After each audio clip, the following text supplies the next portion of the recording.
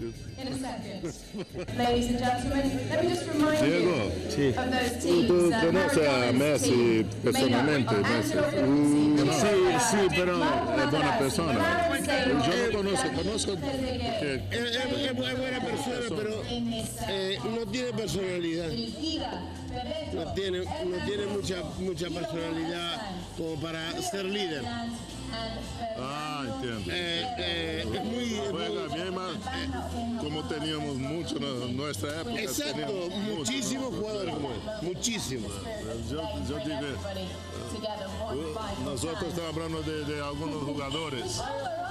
Y, por ejemplo, en nuestra 70 tenía Rivelino, tenía Gerson, tenía Gustavo, toda la perna izquierda.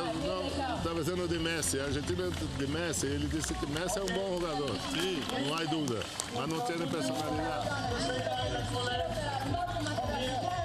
Passei.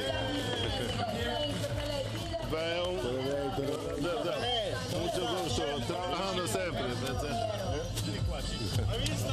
Nice to meet you. Hello, my pleasure. Hello,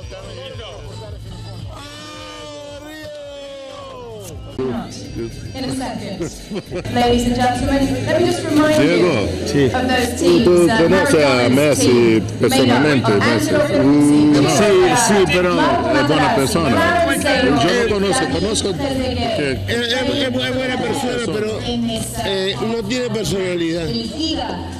No tiene mucha personalidad como para ser líder. entiendo. Es muy... Juega bien más, como teníamos mucho en nuestra época. Exacto, teníamos muchísimos jugadores como él, muchísimos.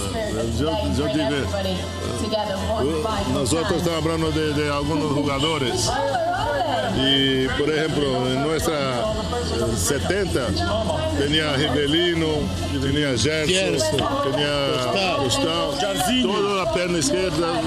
Estava dizendo de Messi, a Argentina de Messi, ele disse que Messi é bom jogador, sim, não há dúvida, mas não tem personalidade.